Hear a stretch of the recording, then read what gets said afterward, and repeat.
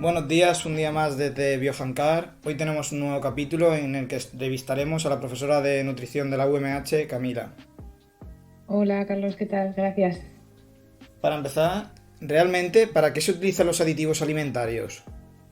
Vale, realmente los aditivos alimentarios vienen de muy lejos, ¿no? Desde el Paleolítico, que la primera forma de conservar los alimentos era el humo, ¿no? Con el humo se podría deshidratar las carnes, se podría reducir esa cantidad de agua para que no crezcan bacterias y hongos y que se puedan preservar. Conforme ha ido pasando el tiempo, nos íbamos convirtiendo en una sociedad más industrial, entonces podíamos manejar mejor sustancias naturales que podíamos añadir a los alimentos para poder conservar sus propiedades.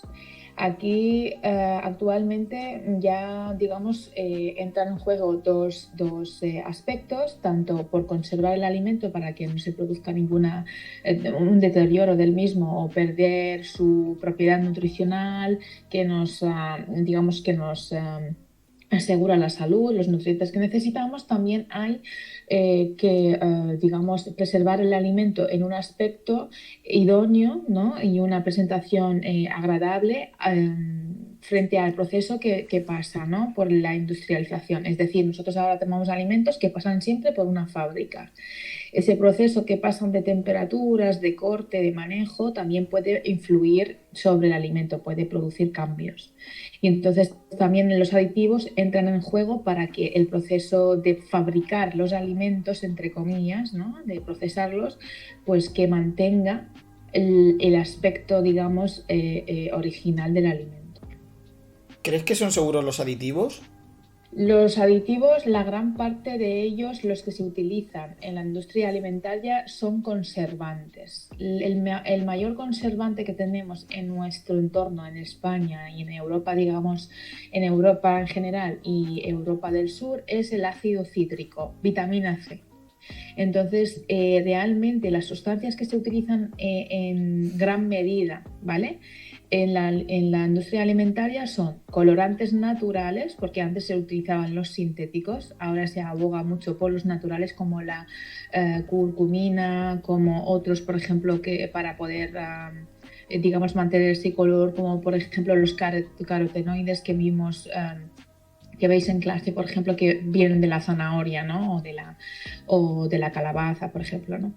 Y el ácido cítrico, que es conservante del pH, es decir, para que se mantenga a una acidez o no acidez del alimento para que no crezcan bacterias. Por lo tanto, la gran parte de los conservantes que están vigilados por la Unión Europea, por el Comité de Colorantes Aditivos que tenemos en la Unión Europea y por la Agencia Española de Seguridad Alimentaria, todos los que aparecen en ese listado son seguros. Es verdad que hay una creencia, de hecho sigue circulando, un listado de aditivos que salió en París, creo que voy a decirte la fecha exacta porque no me acuerdo muy bien. Creo que fue después de la Segunda Guerra Mundial, ¿vale? Hay un listado que salió de un hospital en París, el hospital de Bigef creo que es, en el que se difundió de una forma peligrosa un listado de aditivos como peligrosos o cancerígenos o que pudieran causar problemas en embriones, en las embarazadas o que pudieran causar mutaciones, cosa que ha sido desmentida por todos los comités que hay. Tenemos tres, digamos, instituciones a las que podemos leer, que es la FAO, la OMS y también la Agencia Española y la Europea de Seguridad Alimentaria. Y ese listado de aditivos está totalmente certificado científicamente que no provocan esos problemas. Otra cosa es que haya un listado de aditivos que se han usado fraudulentamente. Hay unos aditivos, solo tres, creo que eran plomo, arsénico también, sí, y otro más, que se utilizaron de forma fraudulenta en este periodo en el que no teníamos tanta seguridad, ¿no? Cuando Europa estaba pasando por su mal momento, que era la Segunda Guerra Mundial. Pero fuera de ahí, no todos los aditivos que utilizamos están garantizados por su seguridad alimentaria. ¿Crees que la cantidad o la dosis que se utilizan de estos compuestos son eficaces? Todo aditivo está bajo ese paraguas, ¿no? Bajo esa lona, digamos, de ley, ¿no? De legislación. Entonces, todo aditivo que está circulando en Europa, y yo voy a hablar de Europa y hablo de España porque es lo que controlo. Fuera de allí no controlamos, pero en nuestro entorno europeo y español todos los aditivos están regulados por una cantidad de dosis, ¿no? Vemos en los etiquetados de los alimentos que viene una frase que es la dosis de ingesta diaria o ingesta diaria recomendada, ¿vale? La IDA o digamos, viene con esas sílabas. Entonces, la dosis está regulada por esa ley. Hay dos tipos de sustancias. Se le dice sustancia horizontal, es decir, una sustancia en la que se puede utilizar de forma general, pero no se especifica con qué alimento. Y luego hay aditivos o sustancias verticales que solo se pueden utilizar con un tipo de alimento. Es decir, si una fábrica utiliza un aditivo que no se puede utilizar con otro grupo de alimento, podemos tener un problema. Pero eso ya viene legislado. Es decir, las fábricas, la industria alimentaria sabe que para su grupo de alimento que produce se debe utilizar esos, aditivos. Para que la población entienda un poco todos los aditivos que vienen con una E, porque estamos en Europa, en el entorno europeo, y según el número por el que empiezan, siempre son una E y 3 números, 3 dígitos detrás. Entonces tenemos la E1, que son colorantes, la E2, que son conservantes, y la E3, que vemos más, que es los antioxidantes y reguladores de pH. Por eso decía al principio que lo que más vamos a ver son vitamina C, ácido ascórbico, que es vitamina C, y es el que empieza por E300 y pico, ¿no? Que simplemente nos protegen de que dentro de esa latita, dentro de ese envase, no crezcan bacterias, que el alimento se mantenga en un estado óptimo para su consumo. Por lo tanto, si creo que son seguros las dosis que se utilizan, sí, porque están reguladas. Ahora, el fabricante que las utilice de una forma fraudulenta o una forma no segura por tema de abaratar de costes o mezclar sustancias que no deben de mezclarse en otros grupos de alimentos, las sustancias verticales, ahí es responsabilidad de esas fábricas, y hemos visto en la televisión o en las noticias enseguida cómo sale a la luz que un fabricante está utilizando un producto de una forma errónea y se le cierra la fábrica y se hace una auditoría, ¿no? Entonces, en cuanto a seguridad alimentaria y la dosis que se utiliza, está totalmente regulado. En relación a esto, muchas veces en la etiqueta no se pone la cantidad de aditivo que lleva, únicamente se nombra y ya está. ¿Crees que sí que se debería poner la dosis o la cantidad? Puede ser una propuesta interesante. La cuestión es la siguiente: el etiquetado nutricional, el gran problema que tenemos es que nosotros vivimos ya en un contorno, un entorno comunitario, ¿no? Europa. Entonces Europa intenta homogeneizar, es decir, que tengamos un modelo de etiquetado universal para nuestro entorno europeo. El problema donde está, que aparte de la información que hay que poner sobre la composición del alimento o sobre su composición nutricional, pues incluir las dosis que se añaden de los aditivos puede, digamos, causar una baja de un grupo de información que sí que es vital para la salud de las personas. No digo que los aditivos no lo sean, pero los aditivos todos se calculan los miligramos por kilo de peso. Y normalmente todos los aditivos se prueban de 3 formas: de una forma 24 horas en animales, de una forma crónica, temporal, corta, en 90 días, de una forma crónica para toda la vida, ¿no? Entonces, normalmente esas cantidades están muy reguladas y son totalmente estables, porque hay un seguimiento de las cantidades en miligramos por kilo de peso, ¿vale? Para un adulto o para un niño. Se prueba, hay unas pruebas y hay unos estudios detrás de una forma continua. Por eso te decía que hay unos estudios crónicos para toda la vida.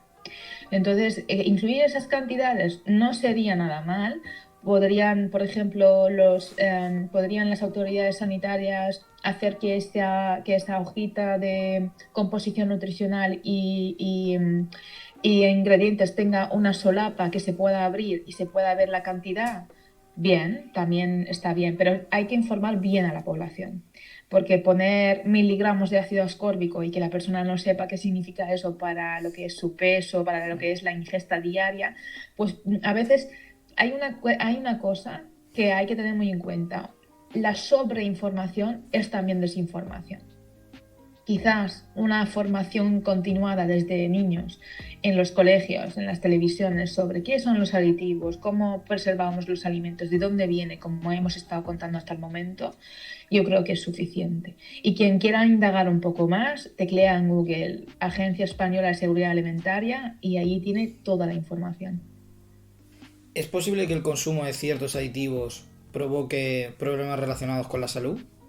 La cuestión es la siguiente. Todos los aditivos tienen su aplicación, es decir, su uso muy determinado. Como he dicho anteriormente, los dos aditivos más utilizados en España y en Europa son dos categorías, los que empiezan por E1, E100 y pico, y E300 y pico. Los primeros son colorantes. En Europa y en la industria alimentaria, por el rechazo que hubo después de la Segunda Guerra Mundial por ese listado que hay, se utilizan colorantes naturales. En segundo lugar, los que empiezan por E300, que son los antioxidantes y reguladores de pH, de acidez, vamos a decir así, también son de origen natural, la gran mayoría, ¿no?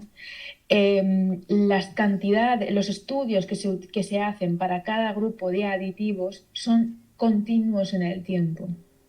Por lo tanto, no hay ningún aditivo en nuestro entorno comunitario, europeo y nacional que no se haya estudiado y que siga en vías de estudio.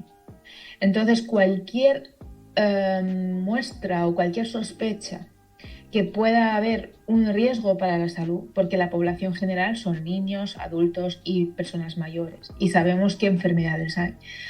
Cualquier posibilidad que haya un riesgo para la salud no va a estar en circulación.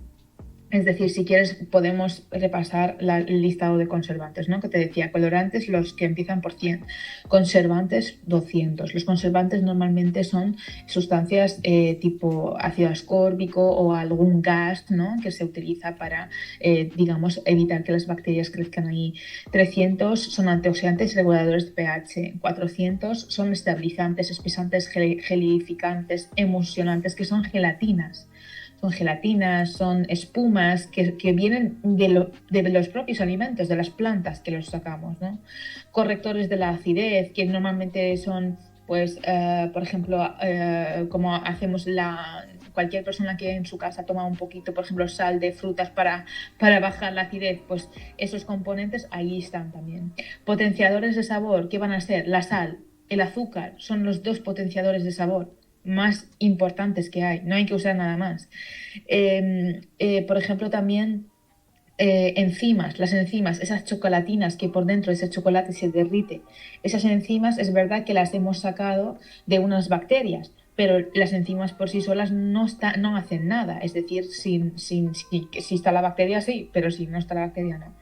Y luego almidón modificado, que es almidón, que son las patatas. Simplemente la patata tiene almidón. Antiguamente todos los manteles tenían almidón de patata encima para que no se manchen, ¿no? Es decir, que todo el listado, desde el que empieza por el número 1 al número 14, que son los almidones, todos, gran parte de ellos son de origen natural. Solo dos, que son los gases, es decir, que se insufla gas dentro de esos envases de jamón york o, por ejemplo, de cualquier embutido, es para evitar que crezcan bacterias. Pero para la salud humana, yo creo que hay más contaminantes en el aire por todo lo que sale de un conducto de un coche que ese propio gas, ¿no? Entonces, respondiendo a tu pregunta, la gran parte de los conservantes son de origen natural. Las dosis están muy reguladas, muy reguladas, bajo estudio de una forma continua. Y el uso fraudulento que pueda haber por un fabricante es donde puede entrar a riesgo. Pero más allá, la gran parte, para no decirte toda, ¿no? Para ser un poco, digamos, cauta, la gran parte son totalmente seguros porque son de origen natural y controlados. Por otra parte, ¿piensas que existe una gran diferencia entre los productos que tienen aditivos de los que no los tienen? La cuestión es la siguiente. Nosotros realmente vivimos en una sociedad que el atractivo es lo que vemos, ¿no? Es decir, nos hemos acostumbrado a vivir en una sociedad industrializada donde todo tiene que ser perfecto, donde el aspecto es muy importante pues respondiendo a tu pregunta pongo un ejemplo. Entramos a un supermercado donde están todas las tipos de manzanas ¿no? puestos en la zona de verduras y están todas relucientes. Y al lado, por ejemplo, tenemos una cesta de manzanas pues, que tienen golpecitos que no son tan relucientes. Entonces, ¿dónde creeríamos, ¿no? que alguien cogería la manzana? ¿Del lado de donde están un poco golpeadas o las que no? Las que no.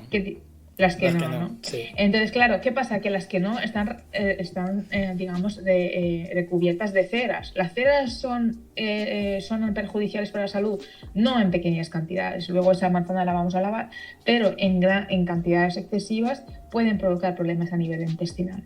La cuestión es que la población también exige, ¿no? un color, exige, digamos que esa expresión que decimos que se come con los ojos. Entonces, al final, la población tiene que valorar.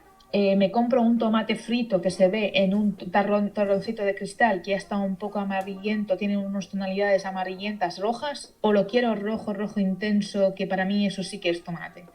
Entonces, allí es donde entra también el juicio del comprador y al final la industria tiene que jugar a doble banda. A que la persona, el producto que vea, le guste y le atraiga y lo compre, y a la vez que le asegure el sabor, el color, la seguridad también. Y aquí, en lo último, la seguridad, entra ya, digamos, las organizaciones sanitarias y de seguridad que están al acecho de cualquier intento fraudulento. Entonces, los alimentos que tengan conservantes y los que no, ambos son seguros si los que tienen conservantes se utilizan de una forma correcta y bajo el paraguas de la ley. Si no se utiliza de forma correcta es cuando tenemos un peligro. Pero igualmente un alimento que tú compras en una tienda, por ejemplo, del barrio, que es una manzana o cualquier cosa, ¿no? una hortaliza, que haya estado en contacto con aguas fecales o haya tenido una contaminación, ¿no? o la persona que las manipula no se ha lavado las manos y en casa no hemos hecho un lavado importante de esos alimentos, pues vamos posiblemente a tener alguna molestia, ¿no? intestinal. Es decir, no estamos libres de una cosa ni de otra, ¿no? Y a pesar de los beneficios que tienen, ¿por qué la opinión pública se postula en contra de su uso? Porque por lo que te comentaba anteriormente sobre los tiempos de la Segunda Guerra Mundial, no recuerdo bien el año, pero todo surgió, creo que eran los años 70, sobre los años principios de los años 70. A partir de la Segunda Guerra Mundial sale un listado de unos centros sanitarios que pertenecientes al hospital de Bigef, creo que es en París. Sale un listado que hay que desmentir, pero que se sigue circulando, ¿eh? O sea, en la actualidad sigue circulando ese listado cuando ya se ha dicho por activa y por pasiva que no es verdad. Entonces, ese listado, ¿qué pasa? Que se ha autorizado de una forma oportunista, porque hubo un problema en una fábrica de refrescos, si no me equivoco, ¿no? en París, que hubo una revuelta de trabajadores y salió ese listado, justo en esa revuelta, de que se utilizan en esta fábrica este listado de conservantes que, digamos, se ha apoyado desde una postura sanitaria de que pueden tener esos efectos. Pero ese listado trata de 1970 o 75, 73, está desmentido por las autoridades sanitarias francesas, europeas y españolas. Y volvemos ahora, estamos hablando de los años 70, pero estamos en el 2021 para el 2022. Y el listado de conservantes que utilizamos en la actualidad es totalmente seguro porque está totalmente controlado. Y segunda cosa, el 90 y pico por ciento, 95% de ellos son de origen natural, porque la industria no le interesa que la población esté desconfiando del conservante que utiliza. Entonces, en la industria alimentaria, en nuestro entorno, no hablo del resto, no sabemos. Y tú, por ejemplo, eso es muy importante. Cuando compramos un producto que viene de China, de Japón, en esas tiendas, ¿no? Digamos, no estoy focalizando, digamos, poniendo el foco sobre esas tiendas, ¿no? Que Dios me libre de esto. Pero cuando compramos un producto que viene de fuera, si no ha pasado por aduana y no tiene una etiqueta en castellano, porque si nos fijamos, cuando vamos a una tienda, digamos, de alimentación china o japonesa, el etiquetado viene en su idioma original, pero luego vemos una etiqueta, pegatina blanca, que lleva la composición en castellano. Si esto no viene y no tiene una referencia sobre una institución sanitaria de aquí, hay que tener mucho cuidado, porque los conservantes que se utilizan ahí no sabemos si tienen el mismo seguimiento y control que tenemos aquí. Por lo tanto, esa información que se está circulando todavía trata de 1975, de una revuelta por un conflicto que hubo en una empresa de refrescos en París, en Francia. Se apoyó puntualmente por un grupo de sanitarios, pero sabemos que ahora mismo, por ejemplo, con el coronavirus tenemos sanitarios que son negacionistas, entonces siempre hay, ¿no?, esas posturas. Al final somos humanos y aunque llevemos una bata no significa que seamos, digamos, la referencia de todo, ¿no? Nos podemos equivocar. Y por desgracia, digamos, esa estela, ¿no?, ese humo de esa falsa creencia del listado que salió de París nos sigue persiguiendo. Por eso es importante, y por eso en nuestro entorno vemos cada día que la policía o las autoridades sanitarias o las autoridades de seguridad salen directamente a desmentir bulos, porque los bulos pueden tener ese riesgo. Y este bulo trata desde la Segunda Guerra Mundial. Entonces, es muy importante no desinformar, ¿no? Y ahora una pregunta más personal. Por ejemplo, mis amigos, cuando vamos a tomar un café o algo, en lugar de pedir azúcar, piden stevia porque me dicen siempre que tiene mejores propiedades, que es menos calórico, que engorda menos y que es mejor para la salud en general. ¿Esto realmente es cierto? Vamos a ver, la stevia es un extracto de unas hojas verdes, ¿no? Unas hojitas verdes que se pueden deshidratar y puedes disolver ese polvito verde. Ahora mismo, y tiene esa propiedad que es endulzante, que tiene un sabor dulce. Frente a la sacarina es un compuesto totalmente sintético, es decir, que está fabricado en laboratorio. Los dos se ven en algún momento en el laboratorio. En algún momento sí. ¿En qué sentido? Y me explico. La stevia, como volvemos a lo que hemos hablado, ¿no?, en toda esta conversación, todos los conservantes se intenta que sean de origen natural. Cuando sale la sacarina como un endulzante sintético, se le busca enseguida un sustituto natural, que es la stevia. Es decir, la stevia tiene un origen natural, la sacarina no, es sintética.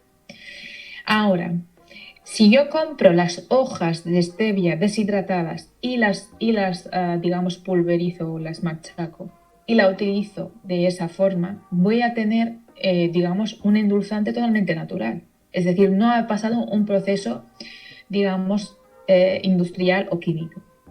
Cuando la stevia se trata a nivel industrial para hacerla en pastillas o para hacerla en polvo, todavía no sabemos si hay unas trazas de los químicos que se utilizan para extraer el componente de la stevia. Pero realmente la stevia como tal tiene mejores beneficios que la sacarina, porque la sacarina es un endulzante sintético salido del laboratorio. Mientras la stevia tiene minerales como el calcio, como el magnesio, como el potasio, como otros, ¿no? Tiene menos de otros por ejemplo, te lo puedo comentar ahora así brevemente, pues tiene el potasio, calcio, magnesio, sodio, pero tiene menos cobalto, menos cobre, menos manganeso o zinc o selenio o hierro, ¿no? Y tiene también, si las tomamos en verde, en hojita, que está pulverizada, digamos, o machacada, tenemos una cantidad de fibra. ¿Por qué? Porque realmente es un endulzante natural, es decir, es una hoja al final. Entonces, por eso tiene mejores propiedades que la sacarina. Y aparte, aporta un pequeño grupo de proteínas, no muy grande, pero la sacarina lo que te aporta simplemente es el sabor dulce y ya está. Esa es la diferencia. Por último, ¿crees que en el futuro será necesario el uso de aditivos? Ya los estamos utilizando. O sea, los aditivos ya están en circulación desde hace muchísimo tiempo, ¿no? Yo creo que en el futuro vamos a tener, y yo creo que el futuro ya lo tenemos en el presente. ¿Qué futuro? Pues que hay un grupo de población que va a abogar simplemente por los alimentos cuanto más naturales sean, mejor. Y vamos a tener a la vez alimentos muy procesados con presencia de aditivos como ahora, pero creo que vamos a poder utilizar aditivos más inteligentes. Es decir, como estamos intentando llegar a unos envases que sean menos contaminantes, utilizar menos plásticos, seguramente en el futuro lo que vamos a tener es que los aditivos vayan, digamos, sean el mismo envoltorio del alimento, que no cause efectos sobre el mismo, sino que lo conserves por su, digamos, en su forma más original, ¿no? Más natural.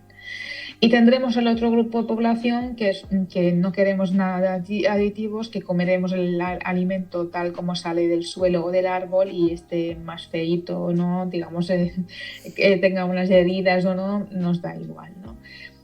Pero me gustaría dejar un mensaje. Nosotros, para poder vivir en una sociedad tan industrializada, tan cosmopolita, lejos de los campos, hemos necesitado los aditivos. Porque, por desgracia, sobre los años, antes de los años 60-70, hubo mucho fraude con los aditivos. Es decir, a la leche se le añadía cal, o al tomate se le añadía ladrillo machacado, ¿vale? Para vender más leche, que es menos leche, y más salsa de tomate cuando había menos tomate. Por suerte esto quedó muy atrás. Entonces, y lo bueno de la información a mano es que enseguida te puedes informar de que ha habido un fraude o cualquier cosa, pero tiene un riesgo también. Demasiada información es desinformación. Y a mí me parece muy bien esta idea que tenéis del podcast, porque estáis informando con personas que tienen información, que estáis dialogando, estamos teniendo una charla y al final las personas pueden acudir a estos podcasts para informarse, ¿no? Y estáis haciendo una labor de información que no es desinformación. Me parece muy bien. Me parece una idea estupenda. Lo que ya te digo, el futuro va a ser el que tenemos ahora, pero más mejorado, ¿no? Mucho más sofisticado. Yo creo que los envases van a ser más biodegradables, más respetuosos con el medio ambiente y que tendrán esas propiedades para no afectar al alimento y preservarlo lo máximo posible. Los aditivos van a ir cada vez más a ser más naturales y ya la gran parte de ellos son naturales. Por lo tanto, ya casi tenemos el futuro ya aquí. Bueno, hasta aquí la entrevista de hoy. Espero que os haya gustado mucho. Muchas gracias, Camila. De nada, a vosotros. Ya, como te decía, me parece una idea estupenda y os felicito por el podcast.